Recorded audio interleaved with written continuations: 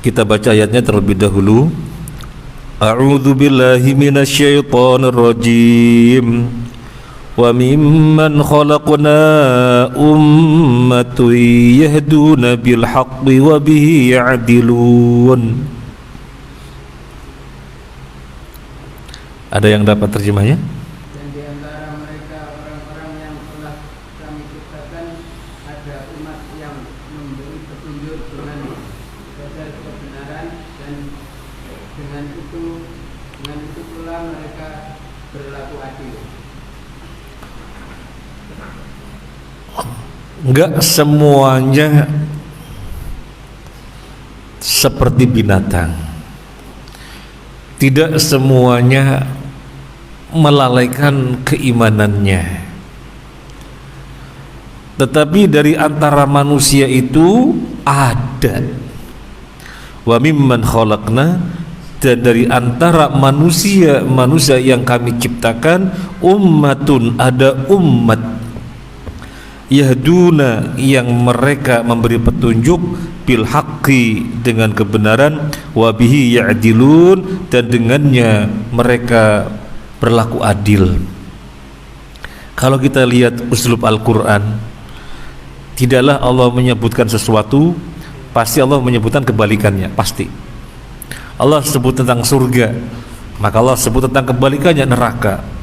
Allah sebut tentang langit, Allah juga sebut tentang bumi. Allah sebut tentang panas, juga disebutkan tentang dingin.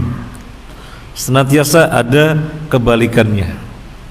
Pernah ada orang yang meneliti, kalau mau diteliti silahkan, tapi ada orang yang meneliti seluruh yang berkebalikan jumlahnya persis. Har, panas, berapa jumlahnya? Ternyata burud atau yang semakna barid, dingin, jumlahnya sama persis. Surga berapa kalimat surga, neraka jumlahnya berapa dihitung sama. Kalau ada yang mau mencoba silahkan. Nah, sekarang Allah menyebutkan tentang orang-orang yang tersesat karena mereka melalaikan perangkat yang paling penting, yaitu keimanan. Ya, akhirnya mereka seperti binatang, bahkan lebih rendah daripada binatang. Sekarang Allah sebutkan yang tidak demikian ada. Yang tidak demikian ada.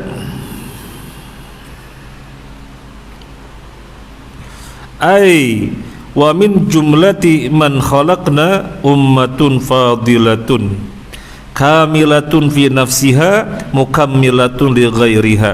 Ada di antara manusia yang kami ciptakan yang tidak demikian, tapi mereka sebagai umat yang utama, sempurna pada dirinya dan menyempurnakan yang lainnya, soleh pada dirinya dan muslih untuk yang lainnya.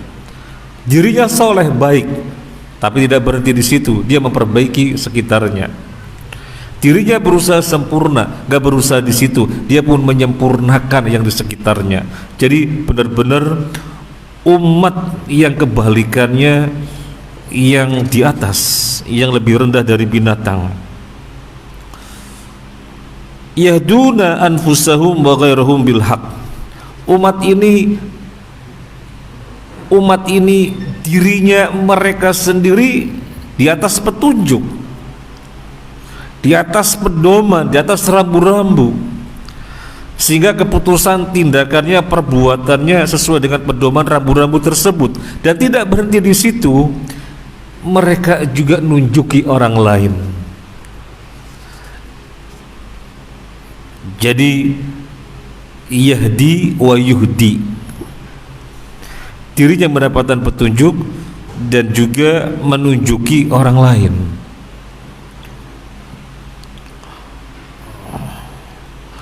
Faya'lamuna al-haqqa wa ya'maluna bihi, sehingga mereka ini mengetahui kebenaran juga mengamalkannya. Sempurna mengetahui kebenaran juga mengamalkannya. Alim wa amil. Enggak seperti yang di atas, dengar telinga kanan, keluar telinga kiri, sampai bulughul hujjah tetapi tidak sampai fahmul hujjah. Ngerti alam semesta ini pasti ada penciptanya, itu saja, tetapi tidak ada dampaknya, hanya alim. Tetapi yang disebutkan di sini umat yang fadilah, alim dan amil, bahkan dirinya sempurna dan menyempurnakan sekitarnya, dirinya baik dan juga memperbaiki sekitarnya. Wa yad'una ilaihi wa ilal amal bihi. Umat ini menyeru kepada hak dan mengamalkan hak. Ini yang ditafsir oleh As-Sa'di, ummatun yahduna bil haqqi. Makanya kan konsep di dalam Al-Quran siap mengingatkan dan siap diingatkan, siap menegur dan siap ditegur, siap menasehati dan siap dinasehati, siap baik dan siap memperbaiki, siap soleh baik dirinya dan siap muslih memperbaiki sekitarnya. Luar biasa sekali ajaran Islam ini.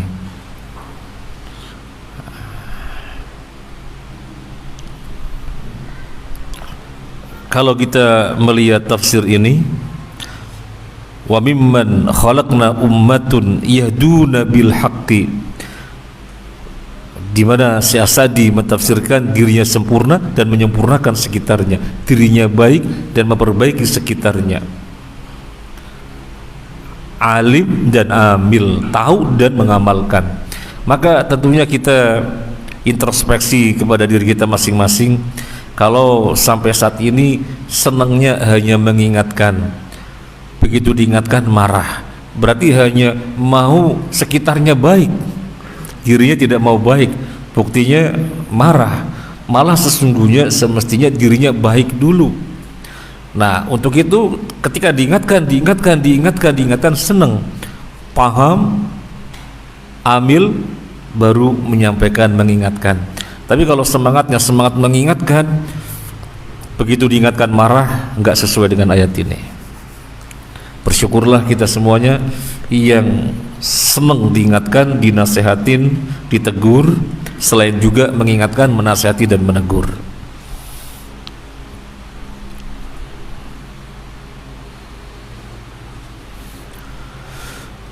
Kemudian wabihi ya'dilun, dan dengan hak tersebut ya, dan dengan al-haq tersebut ya'dilun, mereka adil, bainan nasi fi ahkamihim, berlaku adil di tengah-tengah manusia di dalam menghakimi mereka. Pada umat ini ada hak, kebenaran. Ketika menghakimi manusia pasti adil. Idza hakamu fil amwal, ketika menghakimi, memutuskan dalam perkara harta, adil. Menghakimi di dalam masalah dima wa dima, darah, adil. Menghakimi, memutuskan di dalam masalah hukuk, hak-hak, adil. Wal maqalat, termasuk juga di dalam ungkapan-ungkapan, adil. Wa ghairi dzalika, dan yang lain-lainnya. Masya Allah. Wabihi, dan dengan al-haq itu ya'dilun, mereka berlaku adil, adil di dalam segalanya. Soalnya pada dirinya ada hak. Tentang harta, adil.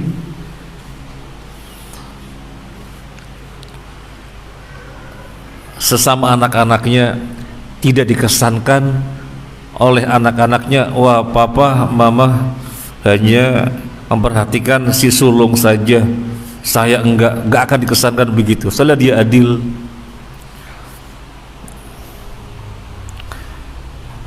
Kepada rakyatnya adil, tidak sekedar yang diketahui mendukung dirinya, yang tidak mendukung diabaikan, enggak. Karena yang namanya penguasa untuk semuanya.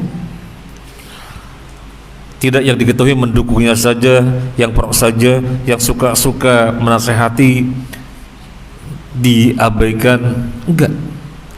Kenapa enggak? Ada hak, dia ngerti hak. dia ngerti hak, maka adil.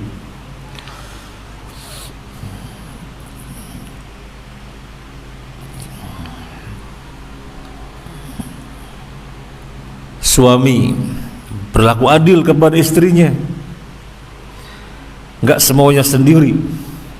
Ibnu Abbas radhiyallahu anhu mengatakan, saya berhias untuk istri saya karena saya menuntut dia berhias untuk saya. Jadi saya berbuat untuk istri saya sebagai kewajiban saya yang merupakan hak dia, sebagaimana dia menunaikan kewajiban untuk saya yang merupakan hak saya. Ibnu Abbas radhiyallahu anhu. Maka suami yang seperti ini istrinya sangat nyaman. Memang dirinya pemimpin, tetapi bukan kemudian semena-mena. Wa bihi ya'dilun.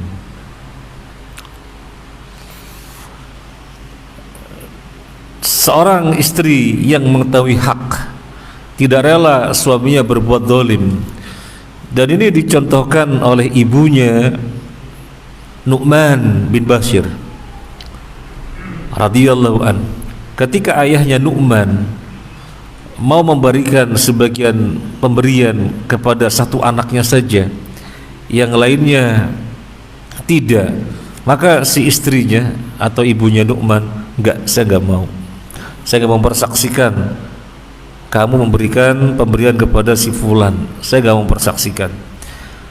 Datang kepada Rasulullah sallallahu alaihi wasallam, minta fatwalah kepada beliau, kurang lebihnya begitu.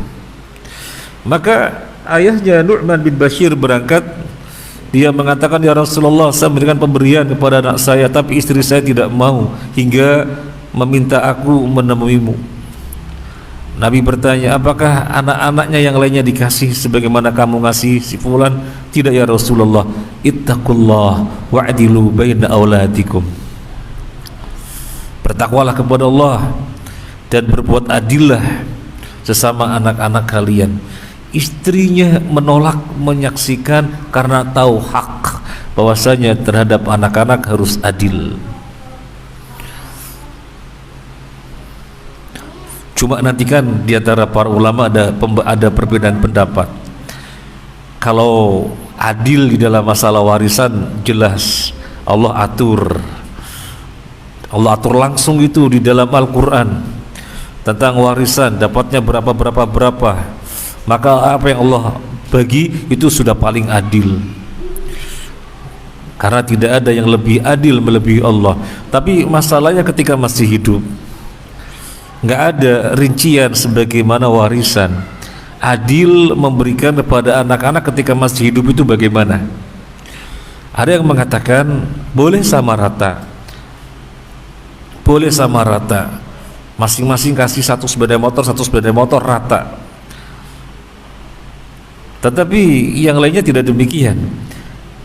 Pemberian ketika masih hidup sama dengan ketentuan warisan. Dan yang berpandangan seperti ini diantaranya adalah Syekh Utsaimin dan Syekh bin Baz rahimahullahu jami'an. Allah alam, bapak-bapak, ibu mengambil yang mana.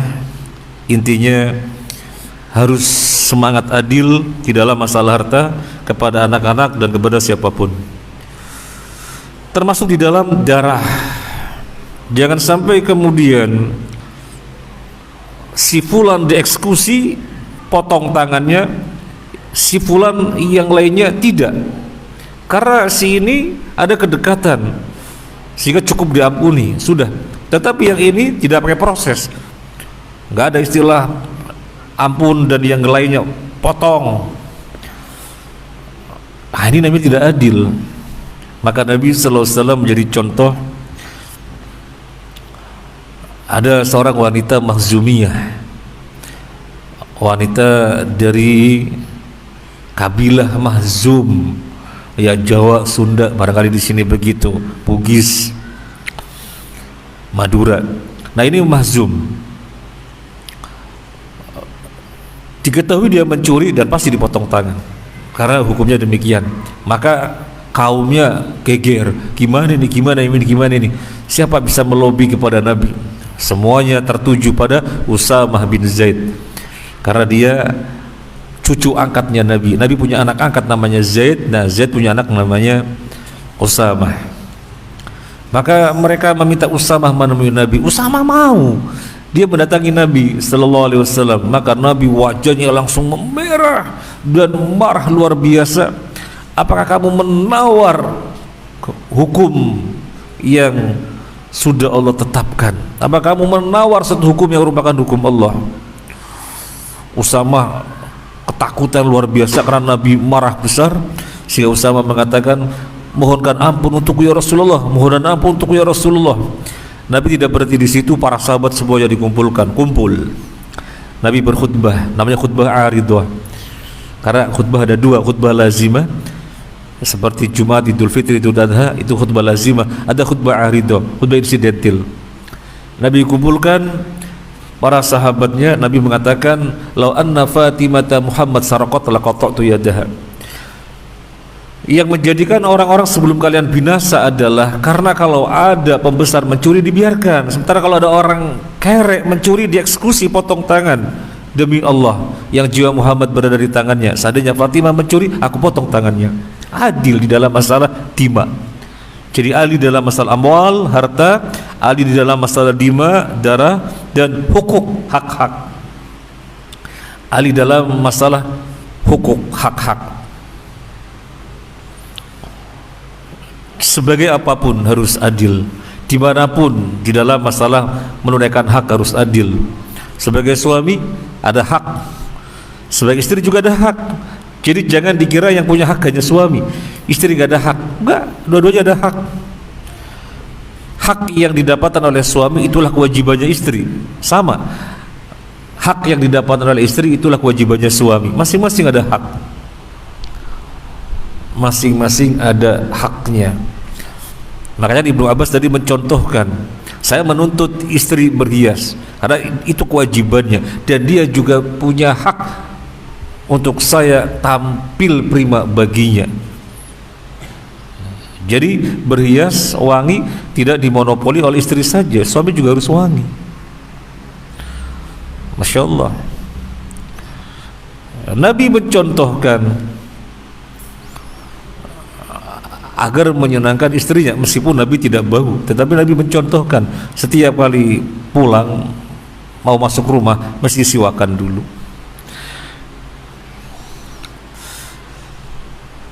Dan hak-hak yang lainnya, penjual dan pembeli. Penjual ada hak, sama pembeli juga ada hak. Masing-masing memiliki hak.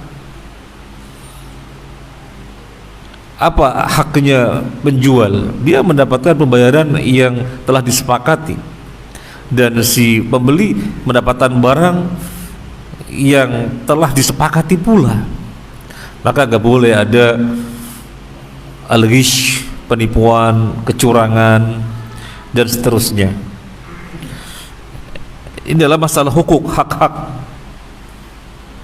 Dan kita manusia di dalam menjalani kehidupan ini gak lepas dari yang namanya hak. Sampai surat Al-Maidah awal ayat yang pertama, ya ayyuhalladzina amanu aufu bil uqud.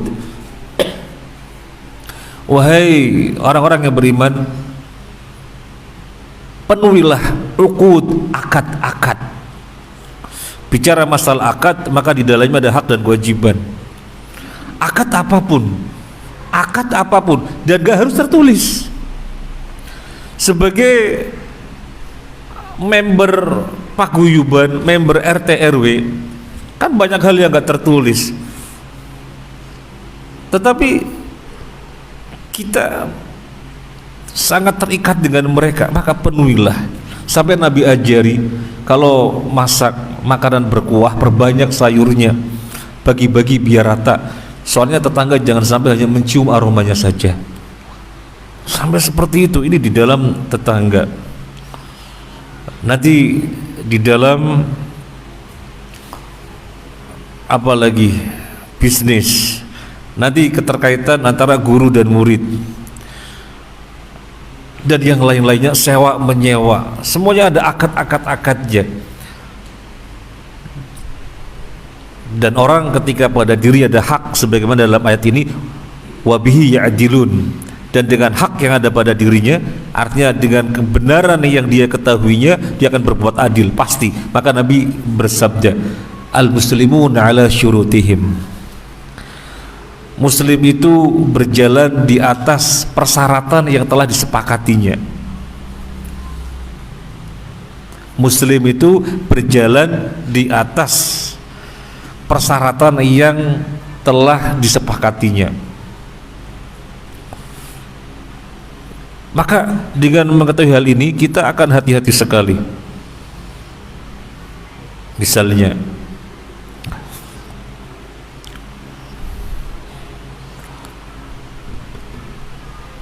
kampus, misalnya tertera di dalam formulirnya persyaratan ini. Anda mau memasukkan putra putri Anda ke kampus ini formulirnya, monggo. Kalau mau ditandatangani daftar memasukkan putra putrinya, tidak mau ya tidak, kan gak ada paksaan. Kemudian diingatkan karena anaknya malas dan hampir kena DO, marah-marah, yuk gak bisa, karena ketentuannya demikian, dia sudah bersepakati. Maka apapun yang berjalan sesuai dengan yang disepakati. Memasukkan anak ke dalam pesantren, tahu persis bagaimana keadaan pesantren, tentang administrasi dan seterusnya. Apakah pesantren memaksa? Gak ada paksaan, benar-benar ikhtiarian, sama-sama memilih. Pesantren mempersilakan siapa yang masuk, monggo, yang enggak ya gak apa-apa. Dan kita juga ada paksaan, kita tahu administrasinya demikian, kemudian aturannya demikian, hari penjemputan dan seterusnya kita tahu persis, ya kita nurut. Soalnya kita sudah tanda tangan al-muslimun ala syurutihim. Kemudian kita marah-marah, ngomel-ngomel dan seterusnya, nah nggak sesuai. Maka kita perlu mengoreksi, wabihi ya'dilun, dan dengan hak yang telah diketahuinya mereka berbuat adil. Ini umat fadilah, Makanya sering saya ceritakan, dan ini contoh yang bagus. Ketika sebagian santri dihukum oleh gurunya, hukumannya bersih-bersih kamar mandi. Kemudian santri karena mungkin sudah banyak belajar kaedah-kaedah, dalil-dalil gitu ya, protes, mana dalilnya kami berbuat salah dihukum dengan bersihan kamar mandi? Ya sangat gampang dijawab oleh pihak pengasuh, al-muslimun ala syurutihim. Muslim itu sesuai dengan persyaratan yang disepakatinya. Di sini pengelolaan kegiatan belajar mengajar berjalan demikian, yang melanggar siap dihukum. Anda masuk berarti Anda ridho dengan apa yang merupakan konsekuensinya. Nah, demikian. Makanya kita sangat menyayangkan ayatnya menyatakan wabihi ya'dilun, dan dengan hak yang dipahaminya mereka berbuat adil.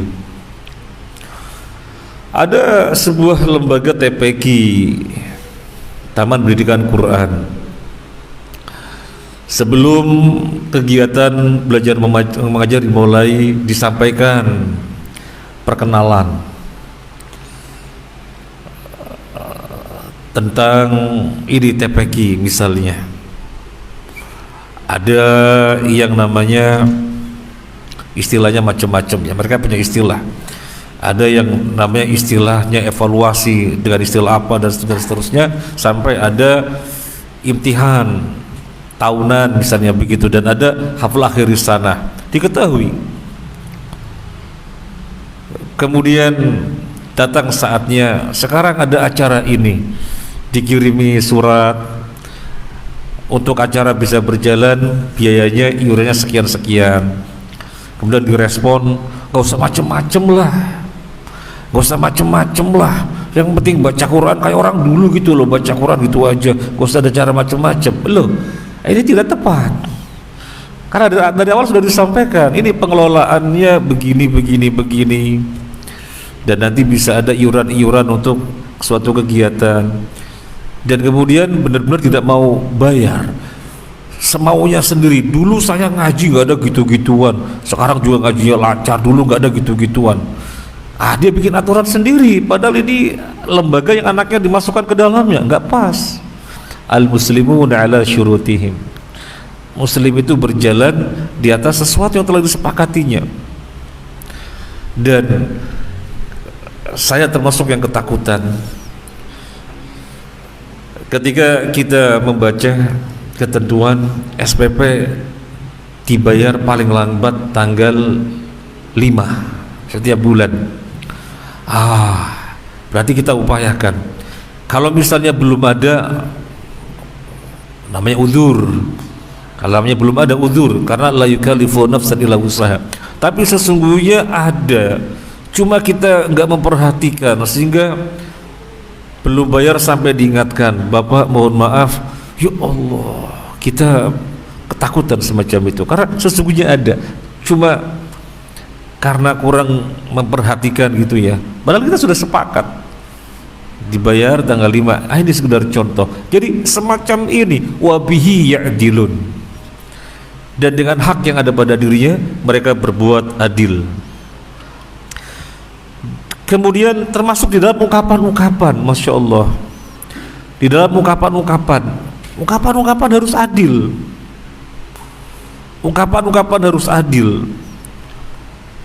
Jangan sampai kepada sebagian orang asal ngomong, kemudian kepada sebagian yang lainnya hati-hati sekali. Kok kepada yang tadi pertama asal ngomong nggak takut menyakiti, kepada yang kedua hati-hati sekali jangan sampai menyakiti, namanya nggak adil. Karena semua manusia memiliki hak yang sama untuk dimuliakan, untuk dihormati. Seakan-akan yang butuh dihormati sebagian orang saja, makanya hangat kepada mereka. Sebagian yang lainnya seakan-akan tidak punya hak untuk dihormati. Enggak. Di dalam maqalat, ungkapan-ungkapan juga harus adil. Makanya sering kita sampaikan, kita mesti berusaha hangat dengan semua orang. Jadi tidak sebagian orang kita hangat, kepada sebagian lain kita dingin. Enggak, tapi hangat dengan semua orang. Ini perlu berlatih. Kadang-kadang meskipun sudah ngaji lama, ini kan kita sering dapatan sharing-sharing gitu ya, mereka hanya hangat dengan sebagian saja, kepada yang lainnya dingin, nggak merespon, nggak menyambut. Ini salah. Makanya kita wanti-wanti betul pengajian ibu-ibu. Ya sebenarnya pada bapak-bapak juga ada gitu ya, pada bapak-bapak juga ada, tetapi suka-suka terjadi pada ibu-ibu, gerombol sama mereka yang saling kenal. Ada newcomer, pendatang baru, sama sekali tidak direspon, disambut dan seterusnya. Ini jangan sampai. Bisa hangat dengan siapapun, apalagi bicara dunia dakwah. Kemudian wa haula'i hum a'immatul huda. Orang-orang semacam ini yang fadilah, dirinya sempurna juga menyempurnakan sekitarnya, dirinya baik juga menghendaki kebaikan sekitarnya, kemudian mengetahui hak dan dia juga berbuat adil dengan hak yang diketahuinya. Mereka adalah pelita kehidupan, mereka adalah teladan kehidupan. Wahumul ladzina an'amallahu alaihim bil iman. Mereka adalah orang-orang yang Allah beri nikmat dengan keimanan. Kalau pada ayat yang 179, ulaika humul ghafilun, mereka orang-orang yang melalaikan keimanan. Maka pada 181, kenapa bisa demikian? Karena mereka memperhatikan keimanan sebagai perangkat yang paling utama.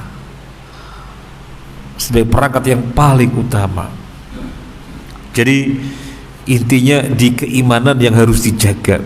Loh kok harus dijaga? Iya, soalnya iman memiliki sifat naik turun, bahkan bisa terkikis habis ketika kita nggak mengangkatnya.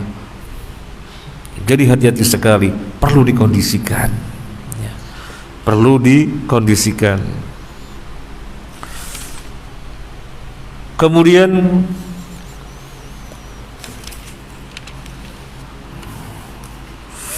lebih lanjut Syekh As-Sa'di mengatakan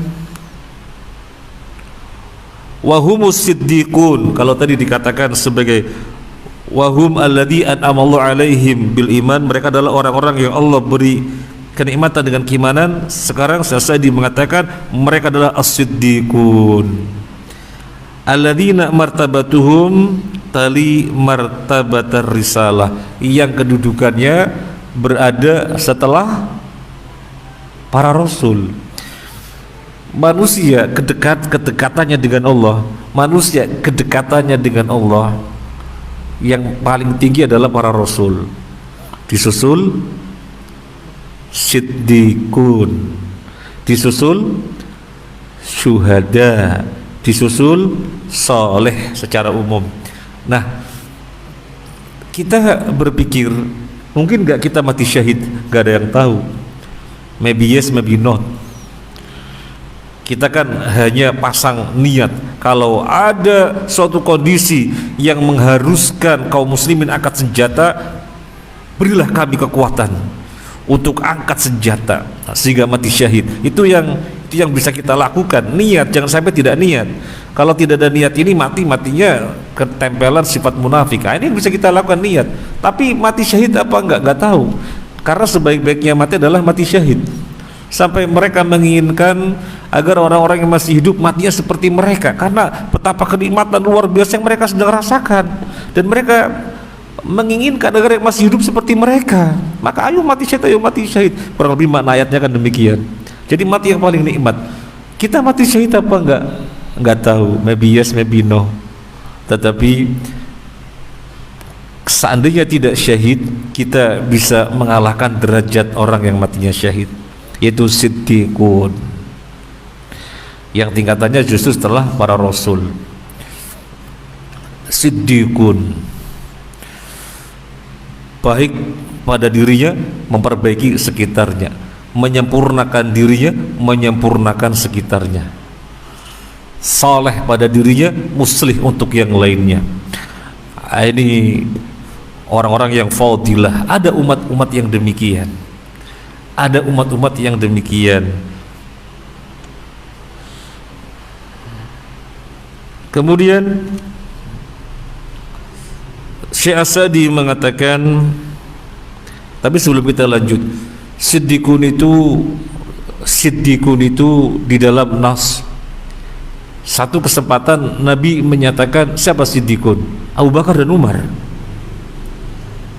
Jadi kalau kita baca sirahnya Abu Bakar bagaimana, kita membaca sirahnya Umar bagaimana, kok rasanya gak mungkin ya masuk ke dalam golongan siddiqun?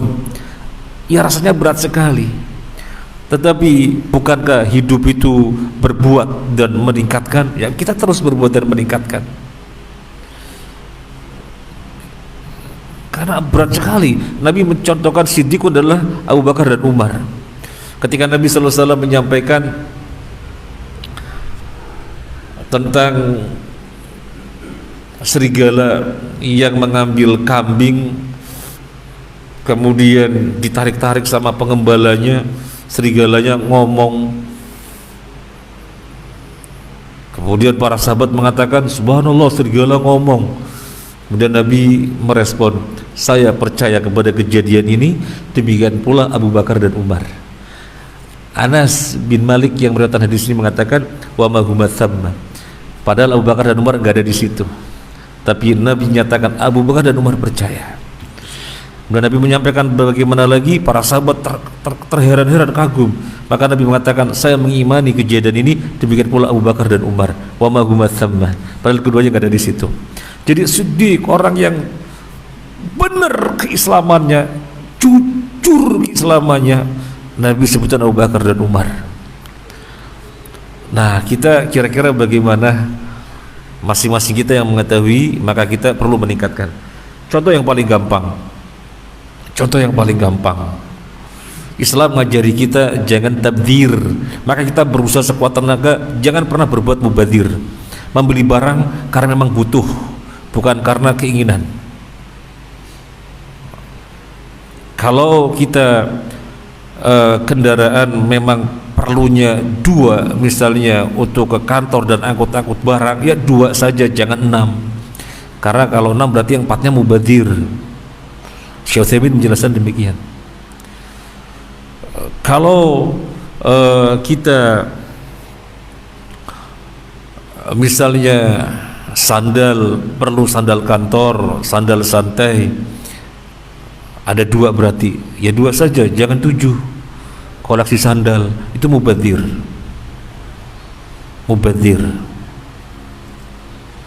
Nah, kita berusaha, karena kita tahu, kita tahu dan kita berusaha mengamalkannya, berarti jujur dengan keislaman. Kalau kita ambil kisah para sahabat, sangat banyak sekali yang menunjukkan siddiq, kejujuran mereka dalam berislam. Yang paling populer misalnya haram khamar, langsung berhenti, haram sudah. Ada yang baru 1 ceguk, tangguh baru 1 ceguk, nambah lagi nggak ada, sudah haram ya haram, berhenti. Ada yang tinggal sedikit lagi minum khamar, tangguh ya enggak, haram ya haram, sudah berhenti. Jadi jujur di dalam berislam sangat tinggi sekali. Nah, jadi mereka yang dimaksud dengan wa mimman khalaqna, dan dari manusia yang kami ciptakan, ummatun, ada umat fadilah yang keadaannya sedemikian rupa, yaduna bil haqqi, mereka menunjuki kepada hak, dan dengan hak tersebut mereka berbuat keadilan. Semoga kita semua masuk di dalamnya, amin ya rabbal alamin. Yang paling utama adalah perkuat keimanan, karena ini kuncinya. Sebagaimana orang terpuruk sampai seperti binatang, bakal lebih rendah dari binatang karena mengabaikan keimanan. Semoga bermanfaat. Wassalamualaikum warahmatullahi wabarakatuh. Walhamdulillahirabbil alamin.